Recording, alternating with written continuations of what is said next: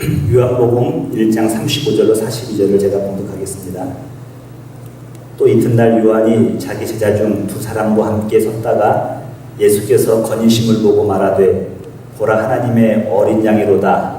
두 제자가 그의 말을 듣고 예수를 따르거늘 예수께서 돌이켜 그 따르는 것을 보시고 물어 이르시되 무엇을 구하느냐. 이르되 랍비여 어디 계시오니까 하니 랍비는 번역하면 선생이라.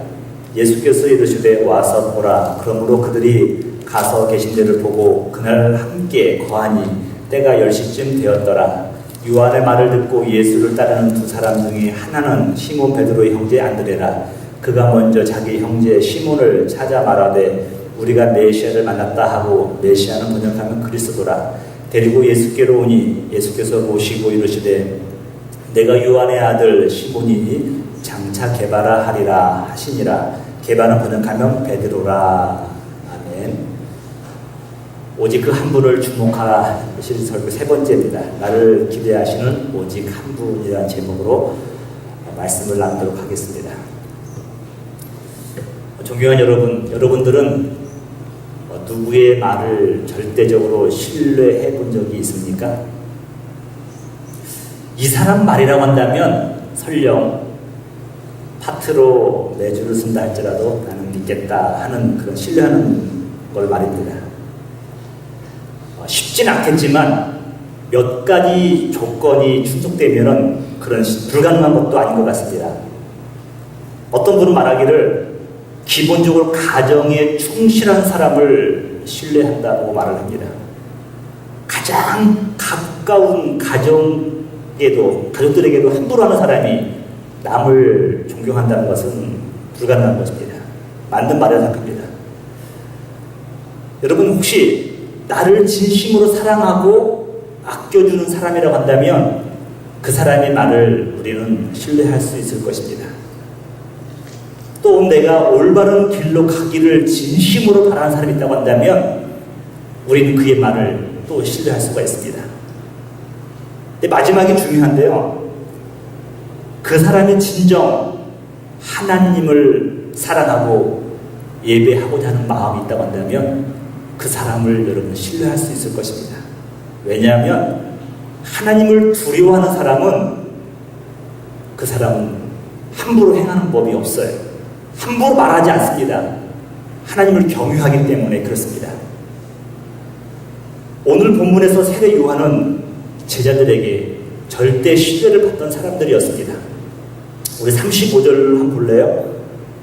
또 이르되 이튿날 자기 제자 중 두 사람과 함께 섰다가 예수께서 건의심을 보고 말하되 보라 하나님의 어린 양이로다.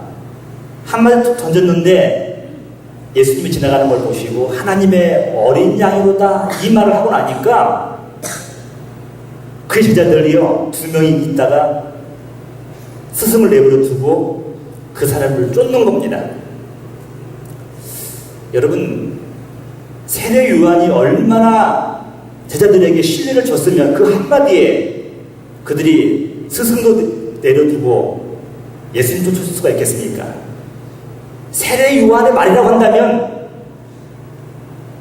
파트로 매주를 쓴다 할지라도 믿을 수 있다고 그들은 생각을 했습니다. 저와 여러분에게 오늘날 불행이 뭔지 아십니까 여러분? 이러한 영적 멘토가 우리에게 드물다는 거예요. 최소한 이분이 말을 하면은 그 말은 신뢰가 가. 그 말을 믿겠어. 이런 마음이 들지 않는다는 것입니다.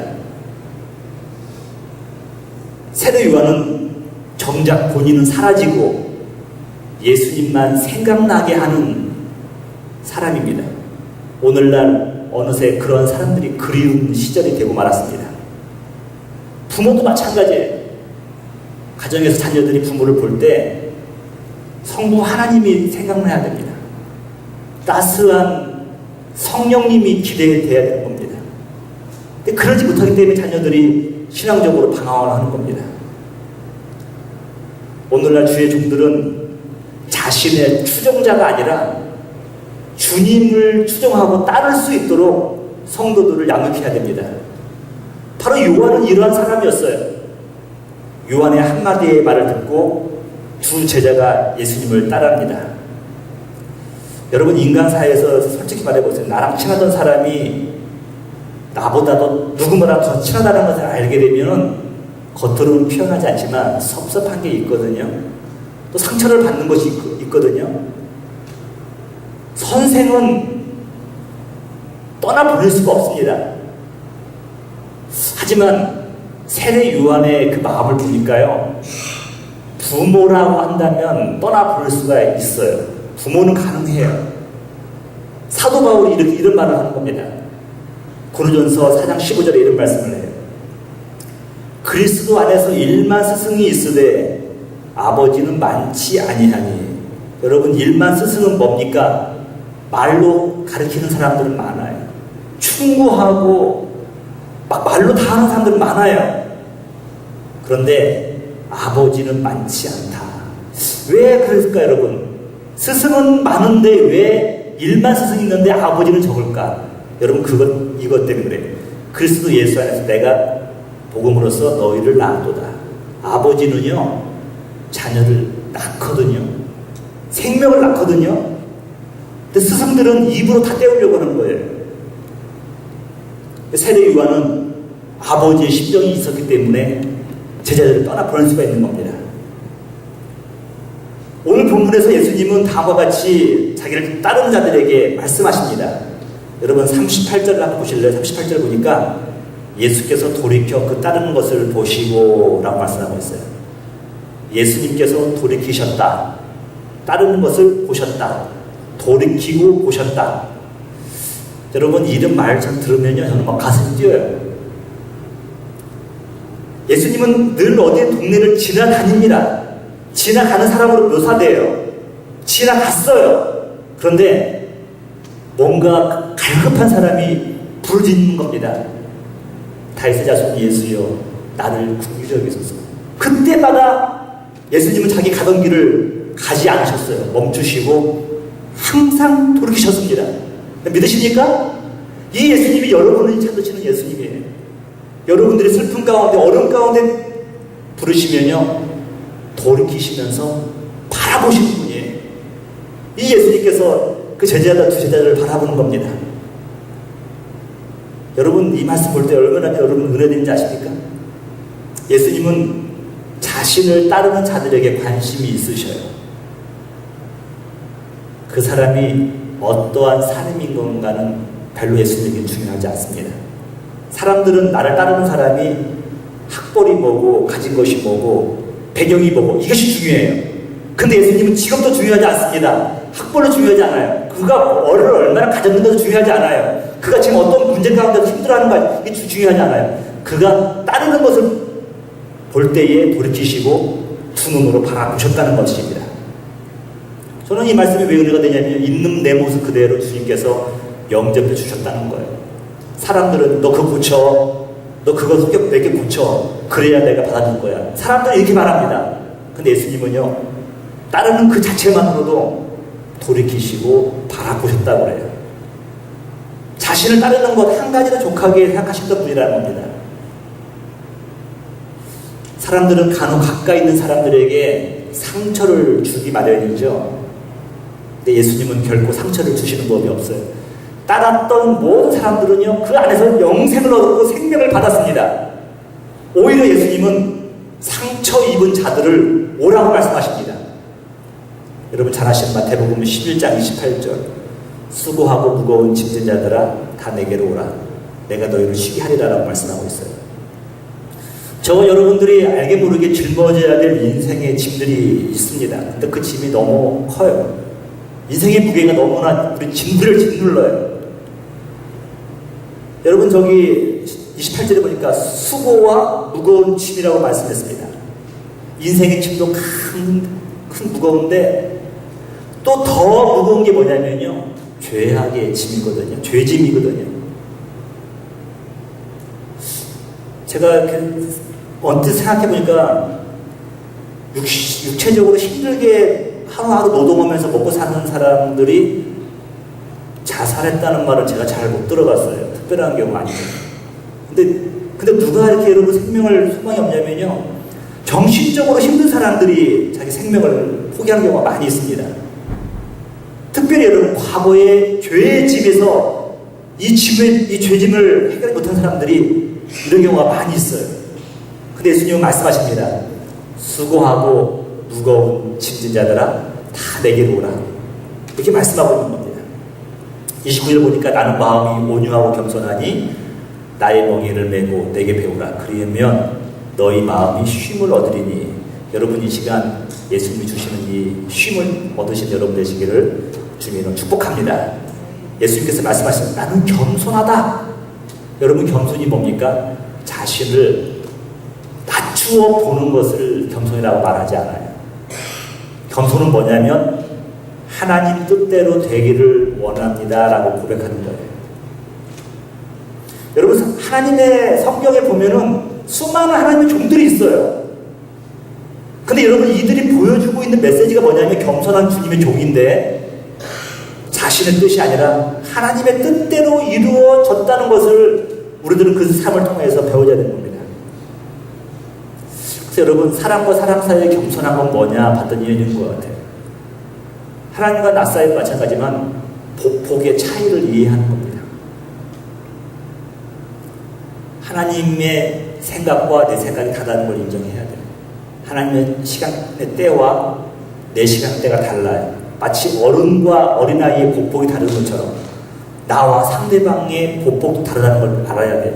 내가 생각하는 것과 상대방이 생각하는 것 다르다는 걸 알아야 돼요. 왜 내 생각과 다르지? 저주할 필요도 없어요. 축복이에요. 다르다는 건 축복이에요. 겸손은 상대방과 나의 차이점을 이해하고 그를 받아주는 겁니다. 예수님이 그렇다는 거예요. 예수님이 나는 마음이 온유하고 겸손하니 나의 멍에를 베고 내게 배우라 라고 말씀하고 있는 거예요. 30절의 마지막으로 결정타를 나누죠. 이는 내 멍에는 쉽고 내 짐은 가벼움이라. 멍에가 없다고 말하지 않으셨어요. 멍에가 있는데 이 멍에가 쉽다는 거예요. 주님이 주시고 주님이 함께 가시니까 견딜 수가 있는 겁니다. 목사인 저도 수고와 무거운 짐이 간혹 저를 짓누를 때가 참 많이 있죠. 제가 나쁜 습관이 하나 있어요. 이게 뭐냐면 저도 모르게 한숨을 푹 쉬는 거예요. 저는 잘 몰랐어요. 근데 저랑 함께 있던 사람이 그런 거예요. 목사님 왜 이렇게 한숨을 푹 쉬십니까? 저도 몰랐거든요. 근데 생각해보니까 솔직히 모든 것을 주님께 맡기지 못해서 그런 것 같아요. 성경은 결코 다음과 같이 말씀하지 않았습니다. 너는 결단코 적들에게 포위되지 않을 것이다. 아니, 오히려 사방에서 적들에게 겹겹이 쌓이게 될 것이다 라고 말합니다. 네가 하는 모든 일이 만사 형통할 것이라고 말하지 않았습니다. 너는 답답한 일을 당하게 될 것이다. 너는 나 때문에 모든 사람들에게 친송을 받을 것이다 라고 말하지 않았습니다. 오히려 예수 믿는 것으로 인해서 박해를 받을 것이다 라고 말하고 있어요. 너는 결코 악한 원수 마귀에게 지지 않을 것이다 라고 말하지 않았습니다. 오히려 거꾸로 트림을 당할 수도 있다고 말씀하고 있어요. 여러분, 그러나 그 다음이 중요합니다. 우리 고린도후서 4장 8절부터 읽어볼게요. 우리가 사방으로 싸움을 당하여도 쌓이지 아니하며 답답한 일을 당하여도 막심되지 아니하며 박해를 받아도 버림받지 아니하며 거꾸로 트림을 당하여도 망하지 아니하고 라고 말씀하고 있습니다. 여러분, 우겨싸움도 당하고 답답한 일도 만나고 낙심될 일도 있어요. 박해도 받아요. 거꾸로 트림 당합니다. 그러나 예수 그리스도 안에 있는 생명은요, 결코 망하는 법이 없다고 성경은 말씀하고 있는 겁니다. 인생의 짐은 날로 무거워지지만 내 영혼은 날마다 주님을 찬양하며 더 가볍게 나가는 것입니다. 예수님은 자신을 따르는 두 제자를 바라보시면서 가장 중요한 질문을 그들에게 던집니다. 여러분, 예수님이 저와 여러분에게도 물을 때가 있어요. 우리는 그 대답을 준비해야 됩니다. 무엇을 원하느냐? 무엇을 찾느냐? 주님이 저와 여러분에게 날마다 묻는 질문이십니다. 무엇을 원하느냐? 오늘 나와서 또 새벽 예배 나와서 부르짖고 있는데 주님이 묻습니다. 무엇을 원하느냐? 나를 따르는 목적이 무엇이냐? 요즘 젊은이들을 보면요, 뭐 저 자녀들도 뭐 말할 것도 없지만 목적 없이 사는 인생들 같아요. 그때 그날 그냥 즐겁게 행복하게 보내면 끝나는 겁니다. 그러면서 행여나 살다 보면 어떻게 되겠지라고 생각할지도 모르겠어요.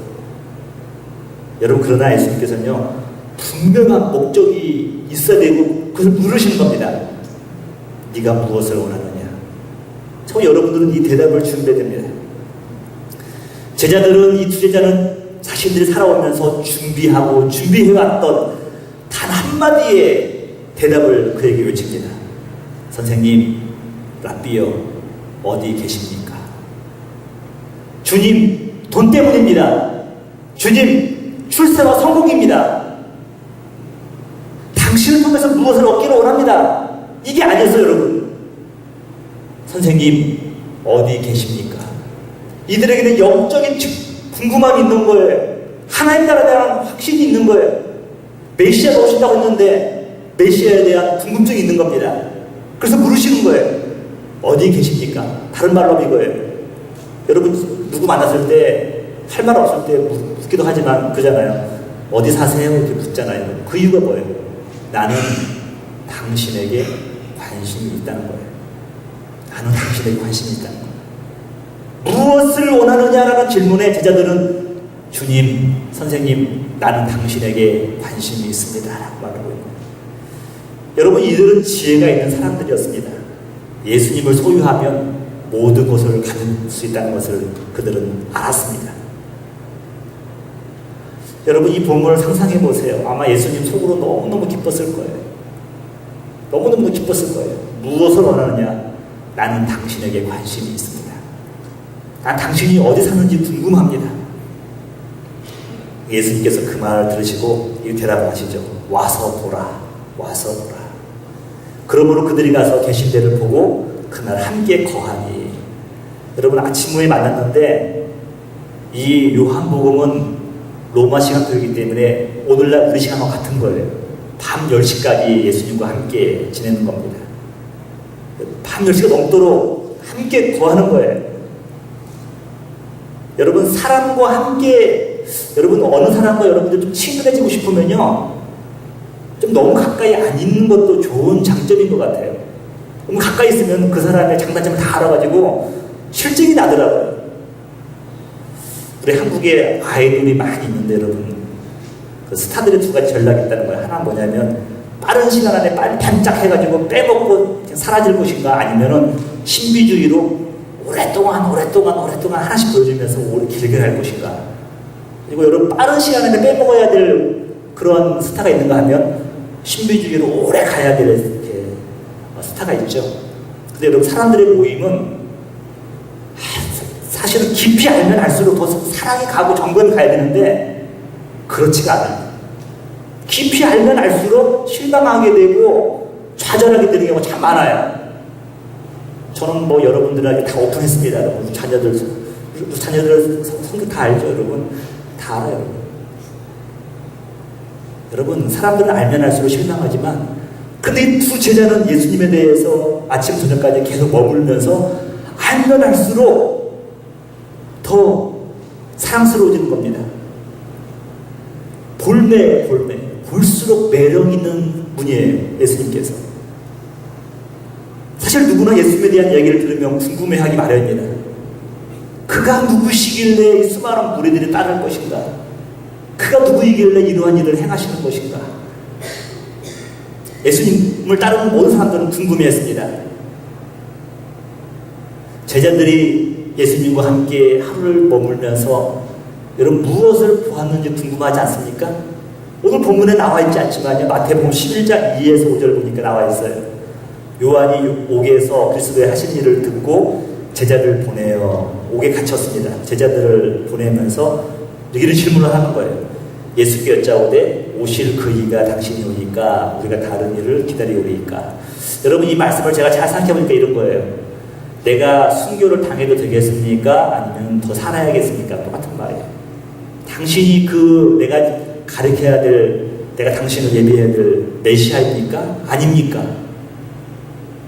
이 말을 듣고 나서 예수님께서 4절에 대답하잖아요. 가라사대 너희가 가서 듣고, 중요합니다. 듣고 보는 것을 요한에게 고하되. 그러면 듣고 본 것이 무엇이냐? 5절에 소경이 보며 안진뱅이가 걸으며 문둥이가 깨끗함을 받으며 귀머거리가 들으며 죽은 자가 살아나며 가난한 자에게 복음이 전파된다 하라. 제자 두 제자가 예수님과 하루 동안 밤 10시까지 머물면서 본 것이 이겁니다. 소경이 보며 안전뱅이가 걸으며 문둥이가 깨끗함을 받으며 귀머거리가 들으며 죽은 자가 살아나며 가난한 자에게 복음 전파된다 하라. 치유와 회복의 역사가 그리스도 예수 안에서 이루어진다는 것을 본 거예요.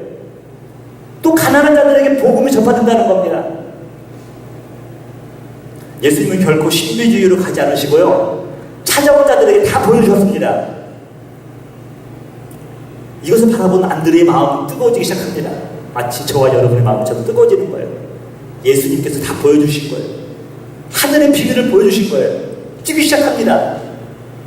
누구든지 인격적으로 예수님을 만나고 나면요, 흥분하기 시작하는 거예요. 누구든지 하나님의 영광을 보면은 기쁨을 절제할 수가 없는 겁니다. 이 두 제자는 더 이상 이 소식을 전하지 않고서는 견딜 수가 없었습니다. 그래서 이 안드레가, 그 중에 한 명이 안드레인데, 형이 달려갑니다. 형, 내가 메시아를 만났어. 바로 그분이시여. 여러분, 이게 영적 재생산이 바로 이루어지지 않습니까? 주님을 만났기 때문에 그런 거예요. 그러니까 그 형도 동생의 말을 듣고 졸래졸래 따라갑니다. 그 나오는 모습을 바라본 예수님께서 42절에 이렇게 말씀하셔요. 예수께서 보시고 내가 요한의 아들 시몬이니. 저는 이 말씀을 이제 찾기를 묵상하면서 예수님께서 잘 보셨구나라는 생각이 드는 거예요.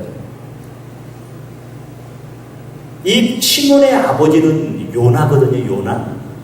요나인데 왜 요한의 아들이라고 했을까? 성경에 보니까 요한은 마지막 율법의 선지자예요. 마지막 율법의 선지자의 수제자가 베드로입니다. 시몬이에요. 세례 요한 생각하면은 수제자 베드로가 생각하는 겁니다. 시몬이 생각합니다. 내가 요한의 아들 시몬이니라고 말하는 건 뭐냐면 이거예요. 과거의 삶을 얘기하는 거예요. 너는 율법적인 사람이었구나. 네가 율법적인 사람 시몬이구나. 그 앞에 숨길 것이 없는 겁니다. 여러분, 율법적인 사람의 특징이 뭡니까? 정죄하는 거예요. 지적질하는 겁니다. 스스로 의롭다고 여기고 자기 스스로가 노력해서 하나님의 의에 도달할 수 있다고 생각을 합니다. 이게 요한의 아들이거든요. 요한의 아들. 여러분, 여기까지만 보면은 그 당시에 수많은 유대인 중에 한 명에 불과해. 바리새인 중에 한 명이었어요. 근데 그 다음에 예수님께서 짧게 한마디를 더 던집니다. 그게 뭐냐면 장차 개바라. 페트로라는 거죠. 베드로. 여러분, 저는 이 짧은 말에서 두 가지 교훈을 깨달았어요. 하나가 뭐냐면, 여러분, 장차 지금이 아니라는 겁니다. 지금이 아니라. 우리 서로 배우자를 구할 때 지금에 있는 조건에 만족해서 구하는 사람이 있는가 하면 그의 가능성, 미래를 보고 장래를 보고 이렇게 서로 상대방을 찾는 사람들이 있어요. 근데 예수님은요, 지금 있는 그 모습 그대로 베드로를 부르신 게 아니라 장차의 모습을 본 거예요. 그가 율법주의고 서로 지적질하고 논쟁하고 스스로 의롭다 여기는 그 베드로를 본 게 아니라 장차 개바, 앞으로 이루어질 수 있는 그의 가능성을 본 겁니다. 지금은 아니지만 더 깨지고 더 훈련받고 더 겸손해지고 더 낮아지고 이러한 모습을 주님께서는 바라보신 겁니다. 어디까지 나가냐면, 장차 그가 어디에 나가냐면요, 자신을 저주하고 핍박하는 자들에게 저주를 하는 것이 아니라 그들을 축복할 수 있는 자리까지 주님께서 바라보신 거예요. 장차 개바라. 저는 이 음성이 저와 여러분에게 지금 오늘 왔으면 좋겠어요. 여러분 지금 나의 환경, 나에 있는 이것만 보지 마시고요. 주님이 우리를 찾으신 이유는 장차 개발아처럼 장차 재성이라. 미래의 모습을 바라보시고 지금 우리를 부르신다는 겁니다. 여러분 믿으십니까?